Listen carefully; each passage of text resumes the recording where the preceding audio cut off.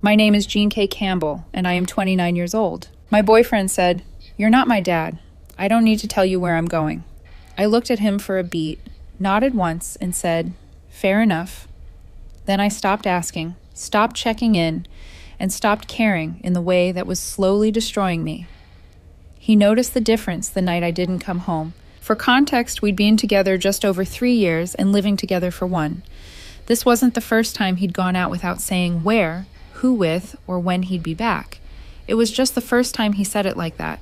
Sharp, dismissive, almost daring me to argue. And the thing is, I hadn't even asked in a controlling way. I didn't say, "Who are you texting?" or "Why are you always out late?" I asked a simple question that couples ask when they share a home and a life. "Hey, what's the plan tonight?" That's when he hit me with the Dadline.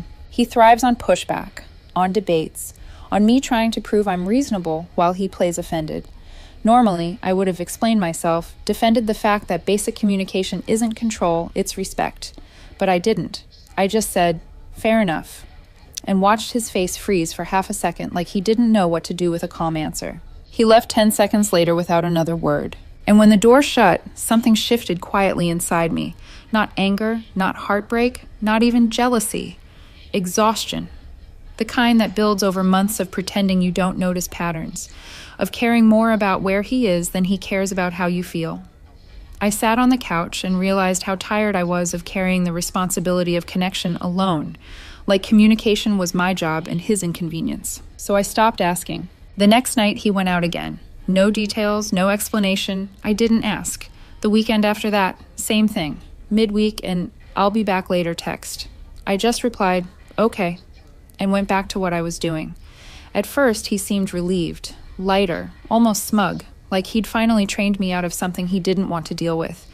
But then small things started changing in ways he couldn't control. He lingered in the doorway before leaving, waiting for a question that never came. He'd send vague updates like "out with people," and pause as if expecting me to follow up. Once he even said, "You don't want to know where I am." Like it was a joke. I just shrugged, because it wasn't funny to me anymore. It was peaceful. The real crack, the one that made him notice something was wrong, didn't come from a fight. It came from silence. It came from the absence of the attention he used to take for granted. And it came from the fact that once I stopped chasing him for information, I started hearing my own thoughts again. The night I didn't come home wasn't planned. That matters. It was a Thursday. I got off work late, grabbed a drink with a coworker, then another. My phone stayed face down on the table. No buzzing. No, "When are you coming home?" No passive-aggressive check-ins. For the first time in a long while, it felt quiet. Around 10:30, my coworker headed out. Normally, that's when I'd Uber home, mentally preparing myself for his mood roulette, either cold silence or some complaint I'd somehow triggered by existing. Instead, I went to my brother's place. He lives 10 minutes away. We watched a game, talked about nothing important, and I crashed on his couch without overthinking it. I didn't text my boyfriend. Not to be petty. I just didn't feel the need to explain myself to someone who made it clear he didn't owe me explanations either. And when I fell asleep, I realized the scary part wasn't that I was breaking some rule. The scary part was how easy it felt. I woke up at 6:12 a.m. to my phone lighting up like a warning signal. 3 missed calls, 8 texts. "Where are you? Are you serious? Hello? So you're just not coming home now? This isn't funny, Jean. Answer me." I stared at the screen, and what I felt wasn't panic or guilt. It was calm. A quiet, settled calm that would have terrified the version of me from a few months ago. I didn't rush to reply.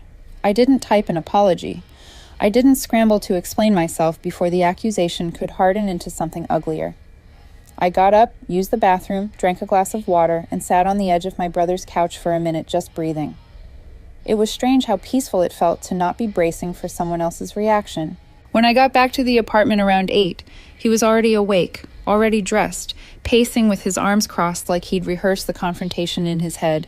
His eyes snapped up the second I walked in. "Where the hell were you?" His voice was loud, sharp, like volume could force me back into the role I'd been quietly walking away from. I set my keys down, took my jacket off. Normal movements, no rush. That lack of urgency made him angrier than any insult could have. "Where were you?" he repeated, stepping closer, demanding the answer like it was owed. And I could have ended it right there. I could have given him the truth, softened it, reassured him. I could have played peacekeeper the way I always had. Instead, I looked at him evenly and said, I'm not your dad. I don't need to tell you where I was. The silence that followed was loud. His mouth actually fell open. Excuse me. You said that to me, I replied. I figured the rule went both ways. He laughed, but it wasn't real. That's different. How? Because I'm not the one disappearing all night without saying anything. He threw the words like a weapon, confident they would land and make me scramble. I didn't raise my voice. That seemed to irritate him more. You've been doing that for months, I said. I just stopped asking. His face shifted. Not full anger yet. Confusion, like he was suddenly unsure of the script. You're being dramatic, he snapped. You're doing this to prove a point. No, I said. I'm doing this because I meant what I said. Fair enough. That phrase again. Calm. Final. It was like handing him back the exact thing he gave me and watching him realize he didn't like the weight of it. He stormed out late for work without another word, but before he left, he threw one last line over his shoulder like a warning. We need to talk about what's going on with you. I watched the door close and thought, yeah, we do, but not for the reason you think. That evening, he came home earlier than usual. I knew because I heard his keys hesitate at the door before unlocking it, like he was bracing himself. He didn't greet me. He dropped his bag harder than necessary and said, So, what is this? Like he'd walked into a hostage negotiation and expected me to explain the terms. I was on the couch with my laptop open, half watching something I didn't care about. I muted it and didn't move. What is what? This attitude, he snapped. You've been weird for weeks, distant, quiet, and now you're pulling this disappearing act. I almost laughed at that. Now he noticed distance. I'm not pulling anything, I said. I'm just matching energy. His eyes rolled hard. God, don't do that. That's such a cop-out phrase. Is it? I shrugged. Because it feels accurate. He paced the living room, arms crossed, voice climbing like he needed to be louder to make me smaller. You don't ask where I'm going anymore. You don't check in. You barely text. That's not normal. There it was. Not concern, not missing me. Control. You told me you didn't need to tell me where you were going, I said. So I stopped asking. I respected that. His jaw tightened. That doesn't mean you stopped caring. I looked at him then. Really looked. His phone was already in his hand, thumb hovering like an escape hatch. I never said I stopped caring, I said slowly. I said I stopped asking. He scoffed. That's the same thing. No, I replied. One is curiosity. The other is obligation. You made it clear you didn't want the obligation. He opened his mouth, closed it, then switched tactics. You're punishing me. I'm not punishing you, I said. I'm adapting. That word set him off like a spark. So what? Now we're just roommates. He spat it like an insult. We do whatever we want and don't explain anything. I held his gaze. That's kind of how you've been acting. The room went quiet again. He didn't like when I didn't rise to his tone, didn't reassure him, didn't chase him back into comfort. Finally, he said softer, trying to land a different kind of hit. You didn't come home last night. No, I said, I didn't. I didn't sleep, he added, like it was supposed to move me. I waited a beat. You didn't text until morning. His eyes narrowed. I shouldn't have to. I nodded once. Exactly. That was the moment I saw it in his face, the flicker of realization. This wasn't a fight he could win by being louder. The rule he made was being enforced now, just not in his favor. And for the first time since we'd been together, I saw something new on him. Uncertainty. The next few days were strange in a way I couldn't fully name at first. Not loud, not explosive, just unsettled, like the air in the apartment had shifted and neither of us knew how to breathe in it anymore. He didn't apologize. He didn't double down either. Instead, he hovered. Suddenly, he was home more, sitting closer on the couch, asking questions that sounded casual but weren't. What are you up to tonight? Who are you texting just now? Are you going out after work? I answered honestly every time, but briefly. Not sure yet. Just a friend. Maybe. Each non-answer landed harder than any argument ever had. I could feel him recalibrating, trying to figure out where he stood now that I wasn't anchoring myself to his movements. By Sunday, the tension snapped. We were in the kitchen, me making coffee, him leaning against the counter, scrolling his phone. He sighed loudly, then louder. Okay, I can't do this. I didn't look up. Do what? This weird cold thing, he said. You're acting like you don't even care if I'm here. That made me pause. I turned toward him slowly. Why would you think that? His voice sharpened. Because you don't react anymore. You don't get annoyed. You don't ask questions. You don't even seem jealous. There it was, the real issue. I didn't know jealousy was a requirement, I said. It is when you're in a relationship, he fired back. It means you care.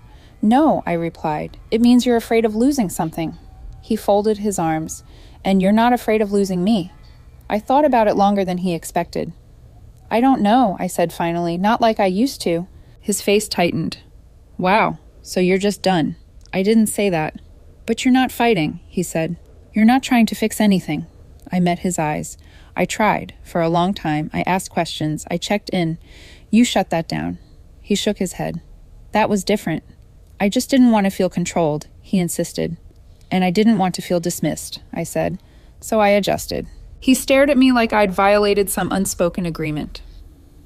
You're supposed to want to know, he said quietly. I held his gaze. You're supposed to want to tell me. That one hit harder than anything else so far. He turned away, suddenly busy with nothing, blinking too fast. When he spoke again, his voice was colder. So what now? I took a sip of coffee. Now we see what this actually is. He laughed, but it cracked at the edges. You think you're winning or something? No, I said. I think I'm finally being honest. That night, he didn't go out. He stayed home, and I could tell it wasn't because he wanted to be with me. It was because he didn't want to lose control. After that conversation, he started announcing his plans again, but only halfway.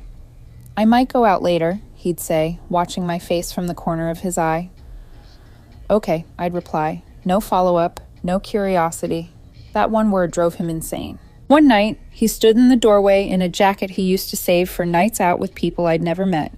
He adjusted his hair twice, checked his reflection, then sighed loudly. You're really not going to ask anything. I looked up from my phone. Do you want me to? He hesitated. That pause told me everything. Well, no, he said defensively.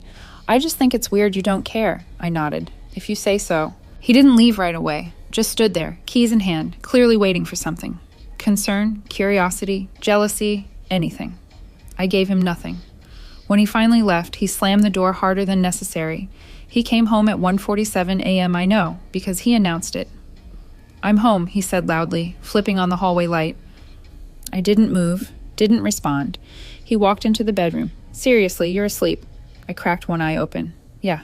He stood there for a moment, then snapped. Wow, you really don't give a anymore. That sentence used to scare me, used to make my stomach drop and my mind scramble to prove him wrong. This time it just felt like an observation. I care, I said quietly. I just don't chase, he scoffed. You're acting like you're above this. I'm acting like I'm tired, I replied. That shut him up. The next morning he was overly nice. Made coffee, asked about my day, even touched my arm in that deliberate way he used when he wanted reassurance without asking for it. It didn't work. Somewhere between him telling me I wasn't his dad and me sleeping peacefully while he waited for a reaction, something fundamental had changed. I wasn't angry anymore, and that scared him more than any fight ever had. About a week later, he tried something new. He stopped hovering and went cold instead. No extra questions, no fake sweetness, just late nights, short answers, phone face down again, like he was reminding me what I was supposed to miss. It felt calculated, like he'd decided if I wasn't chasing, he'd make me feel the absence instead. The strange thing was, it didn't work the way he expected. The apartment felt quieter without the tension, like there was more room to think when I wasn't tracking his moods or wondering where he was. One night, he came home around midnight and tossed his bag onto the chair. I'm going to stay at Jenna's this weekend, he said, already walking past me like the statement itself was the test. Okay, I replied without looking up. He stopped so abruptly I heard the soles of his shoes scrape the floor. That's it. I looked up then.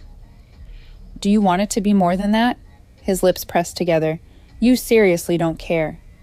I thought about explaining the difference between caring and clinging, but I didn't. Have a good weekend, I said instead. He stared at me like I'd failed some invisible exam. Then he laughed, sharp and bitter. You're being so fake calm right now. I'm not fake, I said. I'm just not anxious. That word landed. He left the next morning without saying goodbye. Friday night, I went out with friends. Nothing wild, just pizza and drinks and laughter I hadn't realized I'd been missing. I didn't check my phone, didn't post anything, didn't think about how it might look. Saturday afternoon, I got a text. Jean, are you home? I didn't answer right away. An hour later, Jean, it's me. Then, we need to talk. When he finally came back Sunday night, he looked different, tired, unsettled, like he'd expected something to fall apart while he was gone, and it hadn't. He dropped his bag and said, "You didn't ask how my weekend was." I met his eyes. How was it? He hesitated. That hesitation said more than any story he could have told. Fine, he said. I nodded. Good. He waited for more questions, for interest, for jealousy. None came. That's when I saw it sink in. I wasn't playing a game. I wasn't trying to teach him a lesson. I was already halfway gone, and he hadn't even noticed when I left. The first time he cried about it wasn't during a fight. It was random. Tuesday night, I was making dinner, something simple, and he was sitting at the counter, scrolling his phone like usual. Out of nowhere, he said, "Do you even want to be here anymore?" I didn't answer right away, not because I wanted drama, but because I wanted to be honest. "I want peace," I said finally. "However that looks." His eyes filled immediately. That caught me off guard. "So you're just going to give up?" "I didn't give up," I said. "I burned out." He shook his head. "You're acting like I did something horrible." "I'm acting like I stopped ignoring how I feel." He slid off the stool and stood in front of me. "I didn't cheat. I didn't lie. I just wanted space. And I gave it to you," I said. "Just not the way you expected." He wiped at his face, frustrated. "Not like this." That sentence stuck with me. Just not like this. He didn't want boundaries. He wanted distance on his terms, with the comfort of knowing I'd still be there when he circled back. He stepped closer. "You don't look at me the same." I nodded. "Because I'm not the same." That's when he asked quietly, almost scared, "Are you going to leave me?" The old version of me would have rushed in with reassurance, promised to try harder, said, "Of course not." Instead, I said the only honest thing left. "I don't know." He backed away like I'd hit him. That night, he tried to start a fight, picked at little things, accused me of being cold, selfish, manipulative. I didn't bite. Eventually, he yelled, "Say something." So I did. "I stopped asking where you were going, because every time I did, you made me feel small. Now you're scared because I don't need to know." He went silent, not angry, afraid, because for the first time, he understood the shift wasn't temporary. I wasn't withholding attention to get leverage. I was detaching because I no longer felt safe needing him. And once that happens, there's no way back to the version of someone who begged to be included. After I said, "I don't know," the apartment changed. Not in a dramatic way. No slammed doors, no screaming matches, just a low, constant tension, like we both knew something fragile had cracked, and neither of us wanted to touch it too hard. He started watching me instead of talking to me, not subtly either. He'd look up from his phone when I walked into a room, ask questions he already knew the answers to. "What time are you off tomorrow? Are you working late? You seeing anyone after work?" I answered honestly every time, calmly, evenly, and I could see his shoulders relax when the answers didn't threaten him. That's when it clicked. He didn't miss me. He missed predictability. One night, he cooked dinner. Like actually cooked, the way we used to before everything became transactional. He poured wine, lit a candle, sat across from me like we were auditioning for normal again. "I feel like we've been disconnected," he said. I almost smiled at the understatement. "I feel that too," I replied. His eyes searched my face. "So how do we fix it?" There it was, the assumption that fixing meant me stepping back into the role I'd quietly vacated. I set my fork down. "What does fixing look like to you?" He hesitated. "You being more present." "I am present," I said. "I'm just not performing anymore." He frowned. "What does that mean?" "It means I'm not pretending I'm okay with things that hurt me," I said. "And I'm not chasing closeness from someone who treats it like a burden." His jaw tightened. "You're rewriting everything." "No," I said. "I'm finally reading it clearly." He pushed his chair back. "So what? I'm the bad guy now." I shook my head. "I don't need a villain. I just need honesty." That's when he said the thing that sealed it for me. "You used to try harder." I nodded slowly. "Yeah, and you used to care when I did." Silence stretched between us, heavy and final. Later that night, lying in bed with space between us that felt intentional, I realized something terrifyingly simple. Even if he changed tomorrow, started communicating, started choosing us, I wasn't sure I'd feel relief. Relief requires hope, and somewhere along the way, I'd stopped hoping. I was just accepting. and acceptance doesn't beg for miracles. The last real conversation we had didn't feel like a breakup talk. It felt like an exit interview. We were sitting at opposite ends of the couch, TV off, phones ignored. He kept fidgeting with the sleeve of his hoodie. "So, are we okay?" I didn't answer right away, not because I wanted drama, but because I didn't want to lie. "I think we're honest," I said. "I don't know if we're okay." He exhaled sharply. "You've changed." "I had to," I replied.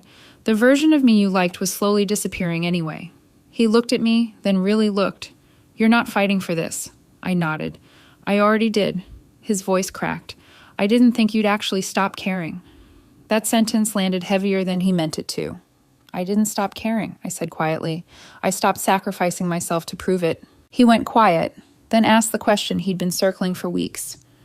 "Do you still want me?" I felt the answer settle before I spoke. "I want peace," I said. "And I don't know if we want the same version of that." He stared at the floor. "So what does that mean?"